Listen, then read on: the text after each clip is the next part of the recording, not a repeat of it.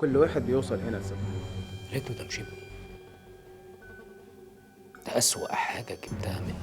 فهو بالنسبة لهم إن أي حد لو اداني قلمين يجيبني الأرض.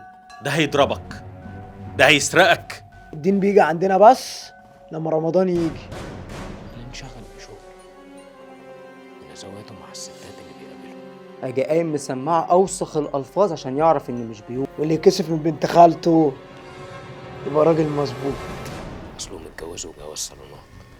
حتى لما دخلت في علاقة جنسية كنتش بستمتع أغرز ضوافري. أنا أصلا اللي بروج لقلة الأدب. الحكومة بقت أهلي والسجن بقى بيتي، المخدرات بقت كيفي.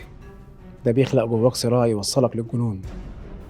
فصلت راسه عن جسمي، كنت عايز أشوف جواه إيه. النهارده آخر جلسة.